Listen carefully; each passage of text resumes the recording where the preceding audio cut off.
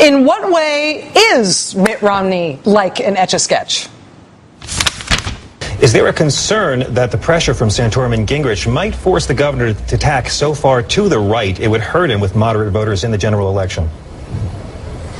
Well, I think you hit a reset button for the fall campaign. Everything changes. It's almost like an Etch A Sketch. You can kind of shake it up and we start all over again. This is an Etch A Sketch. Ed has one. I have one. I was always really bad at this. Etch A Sketch is made by the Ohio Art Company. It's an American company that's been around since 1908. First in Archbold, Ohio, then in Bryan, Ohio. When the company was 40-something years old in the 1950s, they were approached by a French engineer who had designed something called a télécran, or l'écran magique. Ohio Art bought the télécran, they developed it, they renamed it the Etch A Sketch, and to the delight of people everywhere in the world who delight in drawing curving lines only by virtue of great concentration and exceptional hand-eye coordination, an American toy phenomenon was born. From the late 1950s until the year 2000, Etch A Sketch was manufactured by workers in Bryan, Ohio. The workers were in a union. They were paid the grand sum of about $9 per hour to make the Etch A Sketch. That's who made this until the year 2000, when the Etch A Sketch company outsourced their work to China. Instead of $9 an hour, the Chinese workers got paid 24 cents an hour. They had a minimum work week of 84 hours per week. Now, that was bad even for that part of China, and the workers there went on strike to try to get the Chinese minimum wage, and specifically to try to get more meat, more protein in their food allotment. They lost on that, and the strike organizers got fired. Confronted by this New York Times article with the facts about how their product was being made, the Etch A Sketch company basically said they felt bad about it, but they felt their hand was forced because of price pressure from their major buyers, including Toys R Us. Toys R Us, for the record, is now owned by Bain Capital. So? Bonjour, je m'appelle Mitt Romney. So, Mitt Romney, like an Etch A Sketch, or as it used to be called, the télécran, Mitt Romney, like an Etch A Sketch, speaks French. Mitt Romney, like an Etch A Sketch, also has a documented history of firing American workers and sending their jobs to other countries that have really horrible working conditions. But most importantly, Mitt Romney, like an Etch A Sketch, has a history of erasing his old supposed principles when it's convenient and writing new ones to meet new political needs. Which is why this Etch A Sketch gaffe by his campaign today is one of the most, if not the most, significant gaffes of the entire campaign. And which is why Mr. Romney's rivals, Newt Gingrich and Rick Santorum, were both out on the campaign trail today brandishing made-in-China Etch A Sketches. And which is why everyone from those Republican candidates to the Democratic Party and Democratic super PACs are already all over this thing. He said it's like an Etch A Sketch. He said you just turn it over and shake it, and then you start all over. I was a severely conservative Republican governor.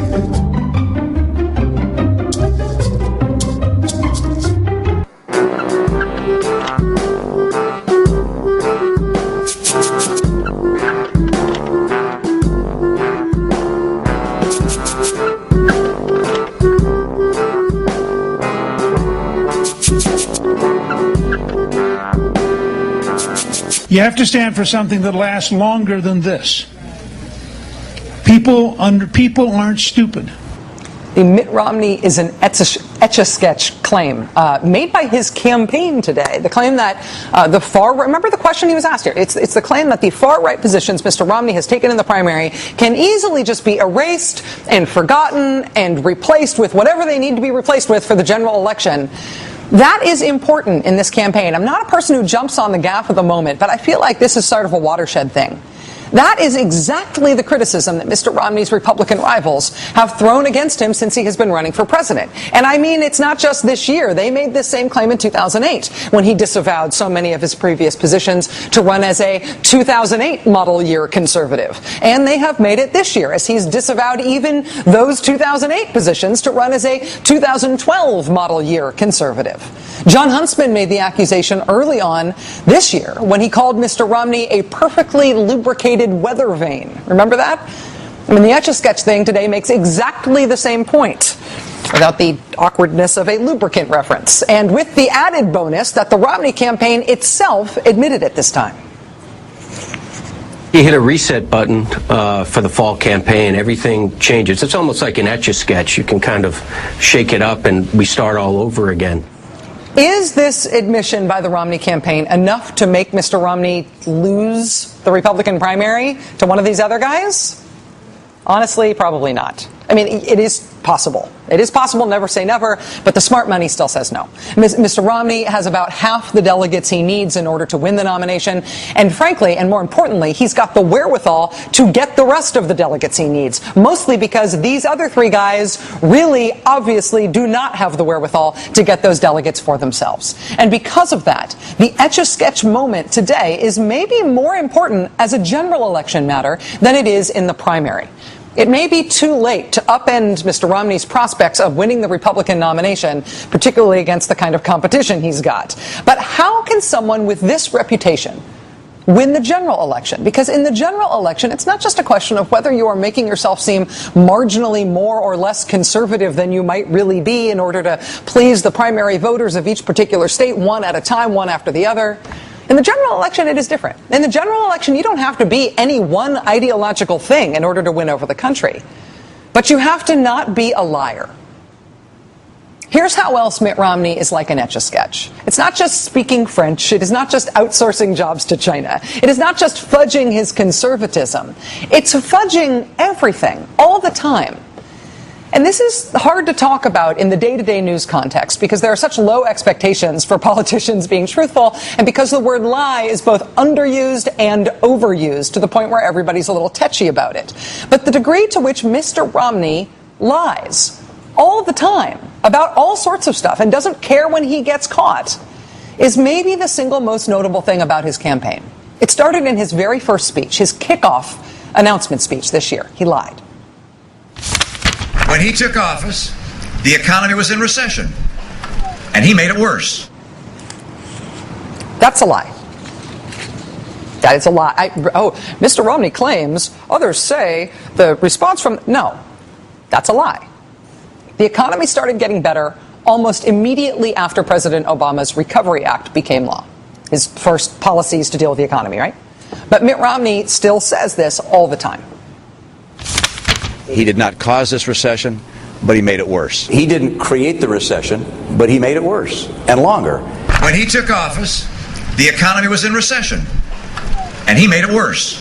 Finally, after Mr. Romney kept saying this over and over again, an NBC News reporter asked Mr. Romney why he kept saying President Obama made the economy worse when President Obama, in point of fact, did not make the economy worse.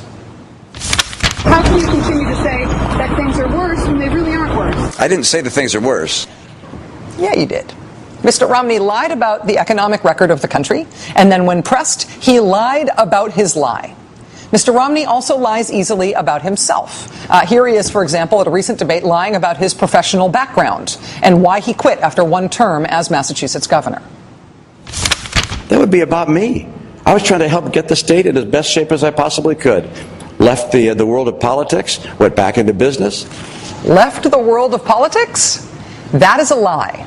Mr. Romney did leave the Massachusetts governor's office in January 2007, but then literally 1 month later, he launched his first presidential campaign in February of 2007. He didn't leave the world of politics and go back into business. That's a lie. And moreover, that is an unnecessary, unforced, but apparently very easily told lie for Mr. Romney.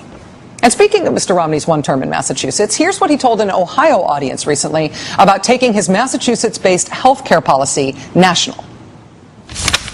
Early on, we were asked, is that what you've done in Massachusetts something you'd have the entire government do, the federal government do? I said no. From the very beginning. No. This is designed for our state and our circumstance. Again, that is a lie. Mr. Romney said the country should do what he did in Massachusetts. Here, for example, is an op-ed that he wrote in USA Today. Can we zoom in on the headline there? Can we zoom in? President Obama could learn a thing or two about health care reform from Massachusetts. So says Mitt Romney. Mr. Romney has in fact argued repeatedly that he supported a national health care plan based on what he did in Massachusetts, including specifically the individual mandate that he now decries. He may find this politically inconvenient now, but that is the truth, and it's easily accessible by anybody with the Google. And he still lies about it all of the time, over and over again. This is not a normal amount of politician lying. Mr. Romney lies about himself. He lies about the president. He lies about policy. He lies about everything. It is beyond a normal amount of politician lying. While we got $15 trillion of debt, he said, look, I'm going to put another $1 trillion of debt for Obamacare. That is Mitt Romney lying. Every independent estimate, including multiple analyses from the Congressional Budget Office, which is not a partisan thing, shows that the president's health reform law actually cuts the deficit by hundreds of billions of dollars. Now, you can not like it for other reasons, but Mr. Romney says all the time that health reform adds to the deficit, when in point of fact, it cuts the deficit. Mitt Romney lies about it all the time.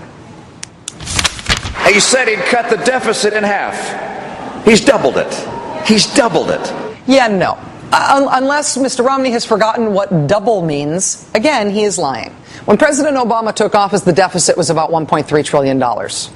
Last year, it was $1.29 trillion. This year, it's on track to be about $1.1 trillion. You know, if a number is going down, it's not doubling. It's going down. And anybody who says it's doubling is lying.